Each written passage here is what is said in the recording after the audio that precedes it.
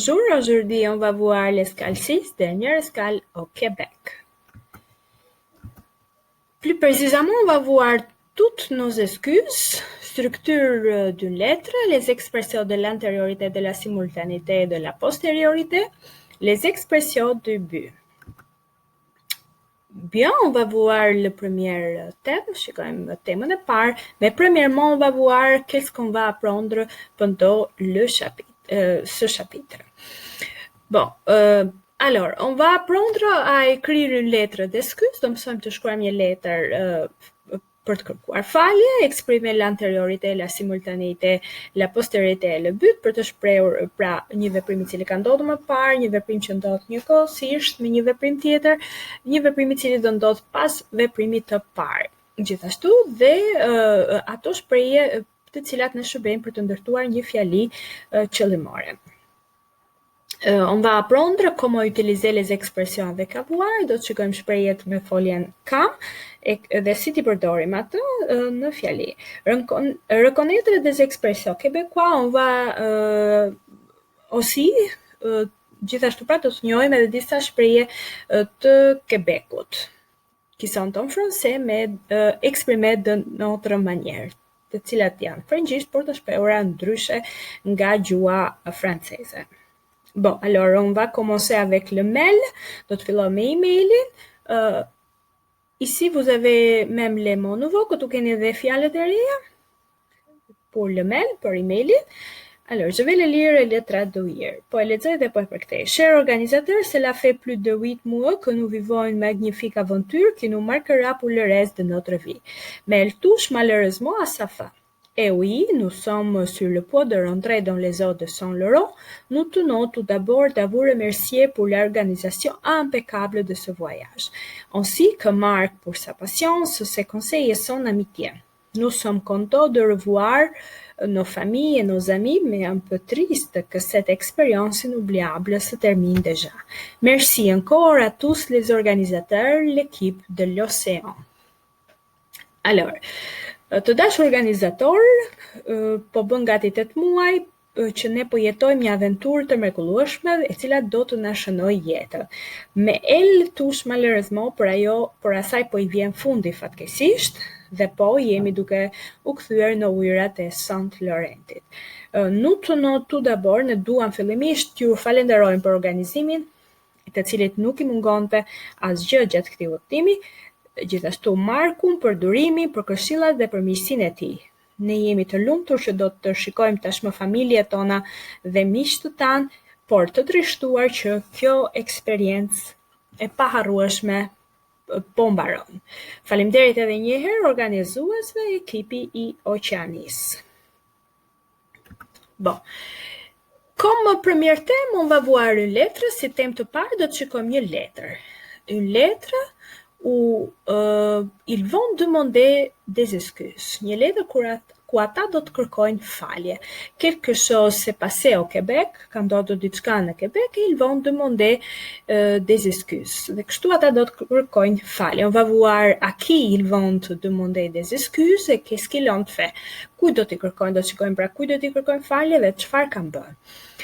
Après qu'on va lire la lettre, je vais vous le traduire. Pasi ta lexojmë letrën, do t'ju përkthej gjithashtu. Après, vous allez remplir les exercices, më pas do plotësoni ushtrimet 1, 2, 3, 4 et 5 në libër. Bon, alors, je commence. Ici, vous avez les adresses. L'adresse de qui écrit la lettre, l'adresse à qui shkruan lettre, l'adresse de destinataire, adresa e personit që merr letrën, mais on va les voir après dans la structure. Por do t'i shkojmë më pas tek struktura e letrës, të ndërtimi i një letre. Bon, alors, Montréal, le 15 mars 2007. Objet dédommagement suite à incident. Atëherë, kërkesë ose shfaqsim si rrjedhoi e një aksidenti ose një incidenti. Zonja drejtëresh. Je suis l'accompagnateur d'un groupe d'adolescents, jam shoqëruesi një grupi adoleshentës, effektuan depuis quelques mois, të cilët prej disa muajsh po bëjmë un tour du monde des pays francophones, një udhëtim nëpër botë në vendet francofone en bateau me anije. Organisation Francovision, organisimi Francovisionit. Et je m'adresse à vous dans le but de vous présenter toutes nos excuses. Dhe po ju drejtohem juve me qëllim për t'ju kërkuar falje. En effet, në fakt, lors de notre visite dans votre musée, në fakt, gjatë vizitës në muzeun tuaj, il y a 2 jours, pra kanë kaluar 2 ditë, un des membres de l'équipe a cassé une poterie qui se trouvait dans la salle de l'atelier. Njëri nga pjesëtarët e ekipit ka thyer një vazo ose një poçe që gjendej në sallën e arkeologjisë. J'ai dû m'abstenir, më ishte dashur të largohesha për pak minuta dhe l'incident s'est produit dhe ja ku ndodhi incidenti. Juste après que je suis sortie de la salle, sapo kisha dal nga salla. Nous regrettons sincèrement cette maladresse, na vjen shumë keq për këtë, bien que le gardien, edhe pse roja, nous a été dit, na ka thënë që ky objekt n'avait pas de valeur historique, nuk kishte asnjë vlerë historike.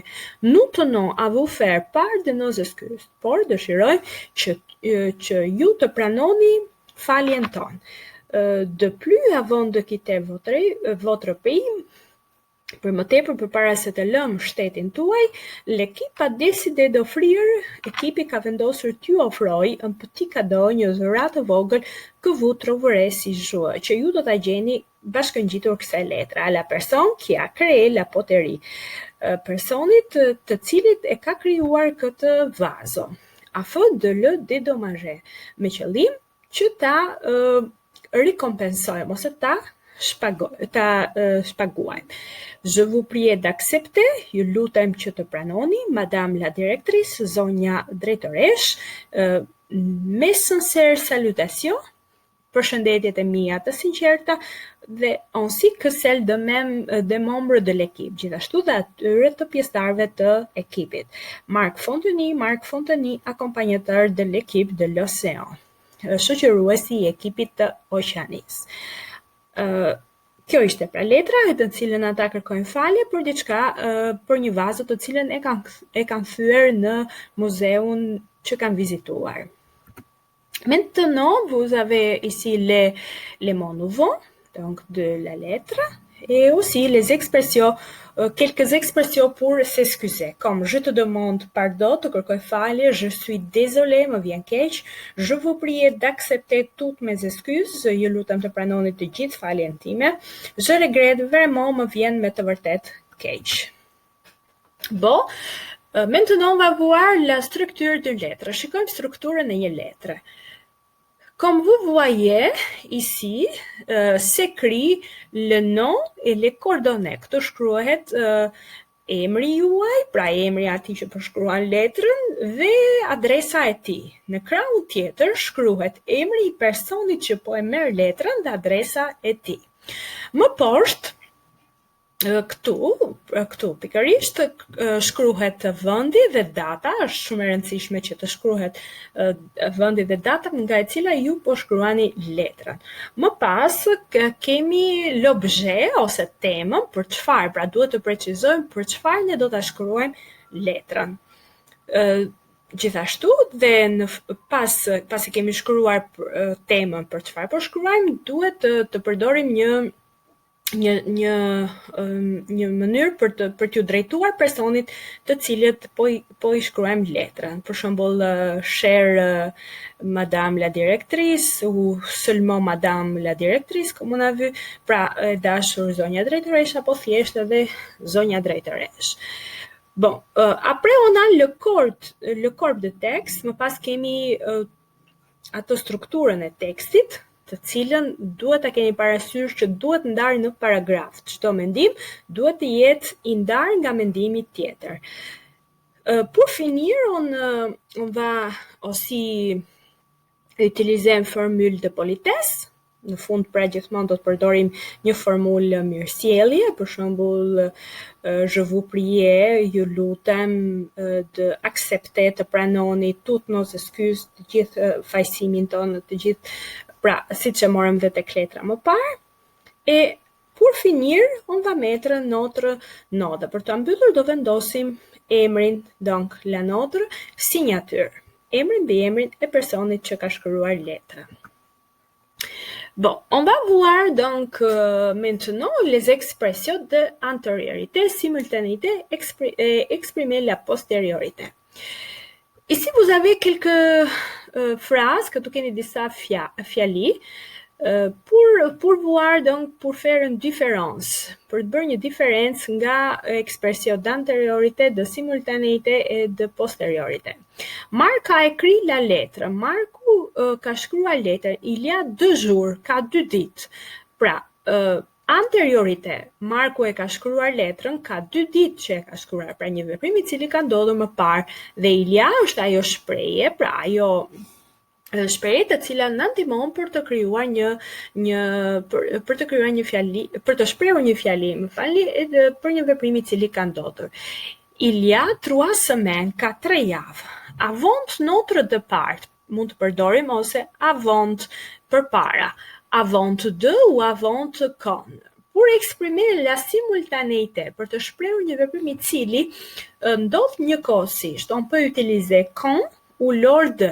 Marc s'est fâché quand nous avons visité le musée. Marku u mërzit kur ne vizituam muzeun. Lors de gjatë vizitës në muze.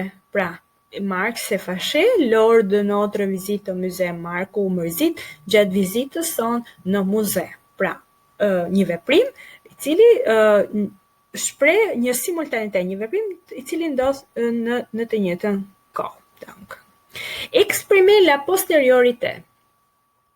Marc a écrit la lettre après notre départ. Marku e shkruajti letrën pas nisjes tonë. Après qu'on est parti, pasi ne u nisëm, après être parti, pas nisjes sonë.